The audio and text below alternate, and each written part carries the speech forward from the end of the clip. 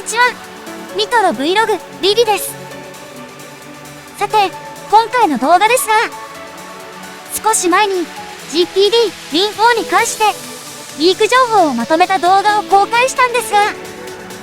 間違っている点もありましたので、訂正を兼ねて動画にしてみました。だけど、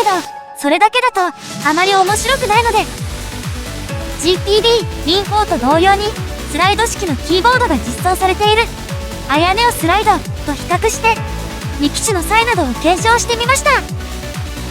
アンバーニックの Win600 をいじってると、UMPC はやっぱりキーボードが欲しいなと思ったし、本体にキーボードがあるこの2機種のどちらかを購入したいなと個人的には考えてるんですよね。それでは早速確認してみましょうか。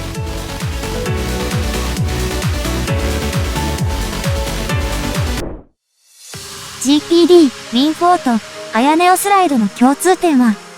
どちらの機種もスクリーンをスライドさせることでキーボードが現れることです。UMPC 機種は基本的に OS が Windows なので、キーボードによる操作が必要な場合が多いですが、多くの機種は画面上にソフトウェアキーボードを表示してタッチ操作ができるようになっています。ただ、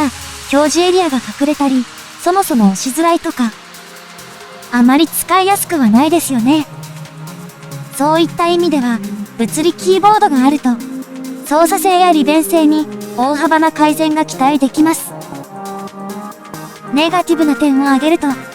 本体の重量や厚みが増えること、それと価格に影響しちゃう点ですかね。携帯性重視ならシンプルな機種が良いけど、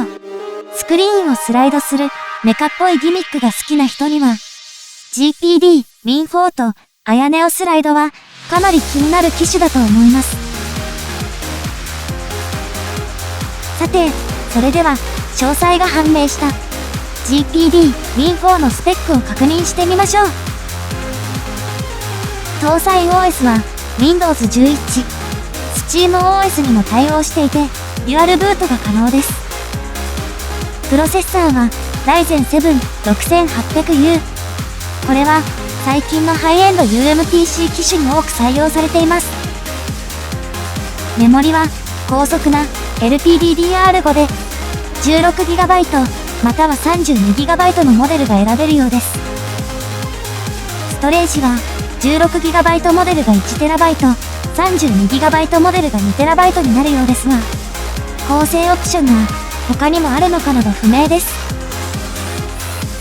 スクリーンは IPS6 インチのタッチ対応で、解像度は 1920×1080 です。以前の動画では解像度の情報が間違っていたので訂正しますね。接続方式に Wi-Fi 6や Bluetooth に対応しているのはもちろんですが、キャリアの SIM を本体に挿入が可能なようです。音声通話もできるのかな、ちょっと気になりますね。本体重量は 550g 以上とかなりの重量級ですね。サイズは幅のみが判明していて 220mm だそうです。スペックから判断できることは、GPD Win4 は間違いなくハイエンド機種のポジションなので、販売価格はかなり高額になるってことかな。嫌だなぁ、高いと困っちゃうなぁ。次にアヤネオスライドのスペックですが、公式のソースではないのであくまでも予想スペックですが、詳細な紹介しても意味がないぐらい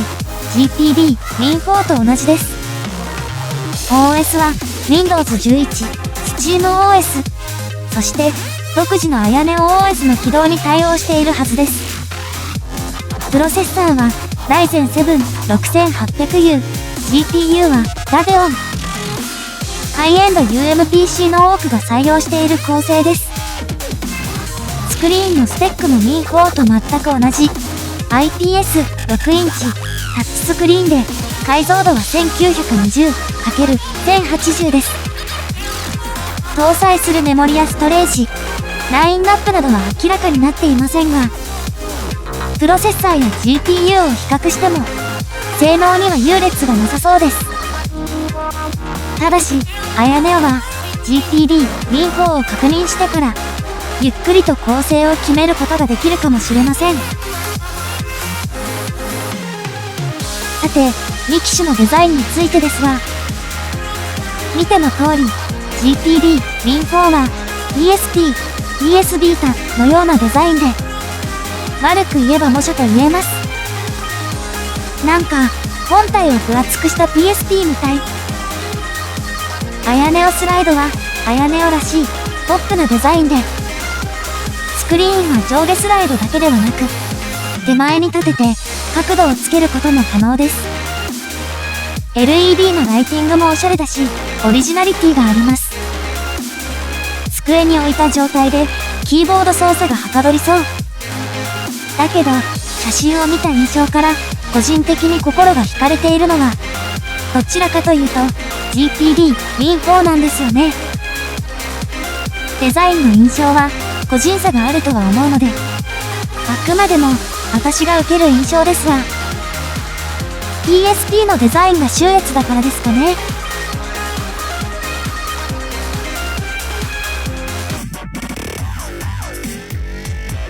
はい、そんなわけで、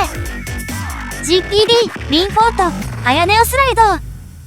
ざっくりと比較してみました。皆さんはどちらがお好みですかね？コメントで教えてください。いずれにしてもどちらかを買いたいと思っていますが、発売日や価格が未定なので追加の情報を待ちたいです。今後出てくるリリースが楽しみです。さて、今日の動画はこれで終わりですが、この動画を編集している間に、チャンネル登録者数が1000人を突破しました。短い記念動画を公開しましたが、改めて登録してくれた皆様、いつも